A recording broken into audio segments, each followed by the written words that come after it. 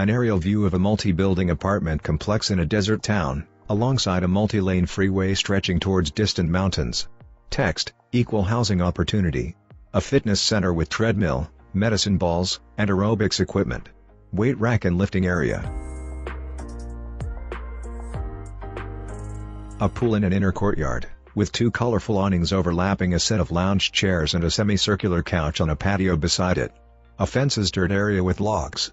And a separate playground.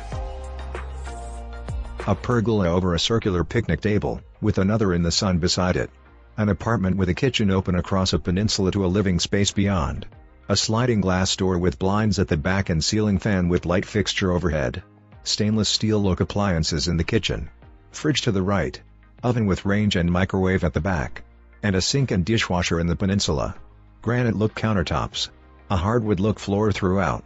A door to the left of the living room leads to a bedroom with a double window with blinds at the back wall and a passage that leads to a bathroom with a closet space and partial wall separating a stacked washer and dryer.